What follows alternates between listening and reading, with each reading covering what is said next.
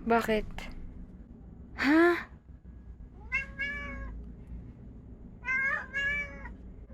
Ha? Ang ingay niyo naman, oh.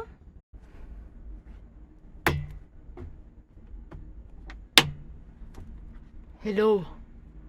Alam mo ba? May bago akong episode. Pops Topic Koy.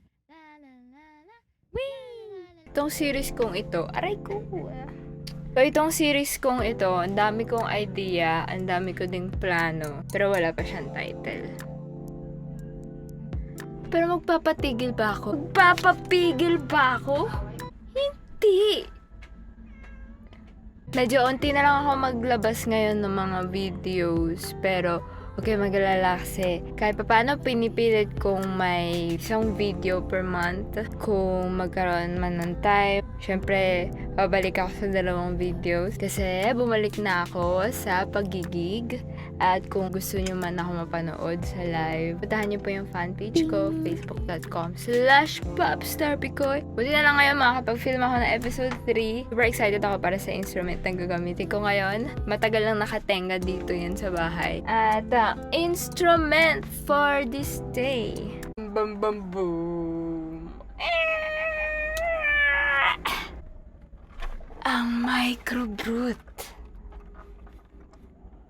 Nasimulan ko na basahin yung manual niya, tapos nanood na rin ako ng mga ibang videos. Kasi bala ko sana siya gamitin pang live, kaso parang hindi pa ako sapat. Kaya ito ang naisipan kong instrument para sa episode 3. Para sa mga hindi pa nakakapanood ng mga nauna kong episodes, ang ginagawa ko sa series na to ay pumipili ako ng isang instrument, tapos kailangan gumawa ako ng isang kanta to. So, hindi necessarily na kailangan isang instrument lang ang gamitin ko pag i-record ko na siya.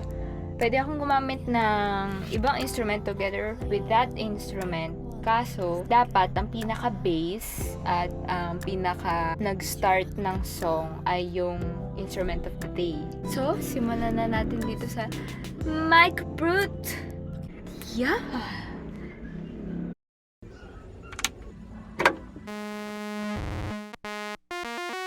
Hinahanap ko yung manual nito. Kasi meron doon na pinaka-basic patch, yung ikot-ikot dito. So, mamaya ko na lang hanapin. Paglalaruan ko na to.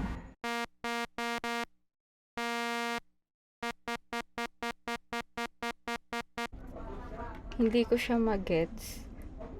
Feeling ko kailangan ko talaga hanapin yung manual niya.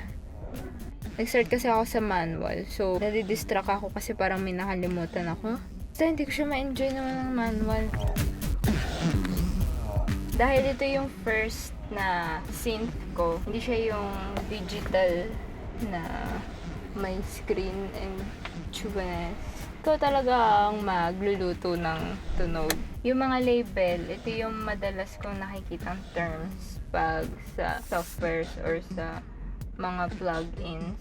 Yun yung pinaka hindi ko naiintindihan pag nagmi-mix or pag nag-edit ako ng tunog pag sa recording. Kaya naisip ko, okay, kailangan kong matutunan from scratch. Yun. Nakaka-conscious! May audience kasi ako sa baba.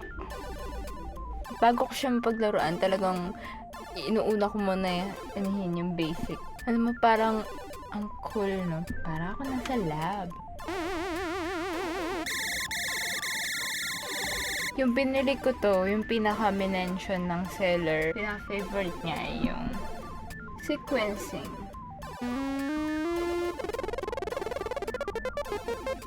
Tapos pwede mo i-adjust. Narinig ko pa lang nun, yun yung una kong tinry talaga. Pero napabili talaga ako dahil dito. Kasi mahilig na ako sa mga modular synth. Gusto kong magkaroon kahit isang rack lang nun. Ang totoo hindi ko talaga siya magets. Parang ang cool lang niya din. So, sabi ko gusto ko siya aralin para naman deserve ko magkaroon nun. If ever.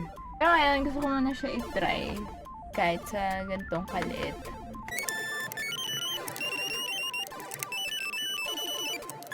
Pinapahirapan ko lang yung sarili ko na kunwari from scratch talaga. Pero meron siyang templates. Katulad ngayon na parang wala akong maisip. Baka may tunog ako marinig na mag-spark ng ideya.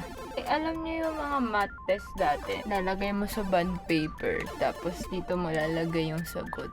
Tapos, speed test, kailangan mabilis ka. Parang ito yun eh.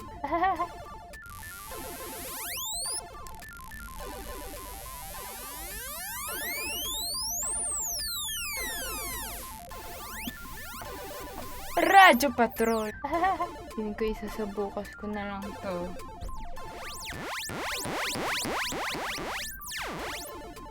Nahirapan ako. Ay, parang pare-pares yung tunog. May ginagawa ba ako mali?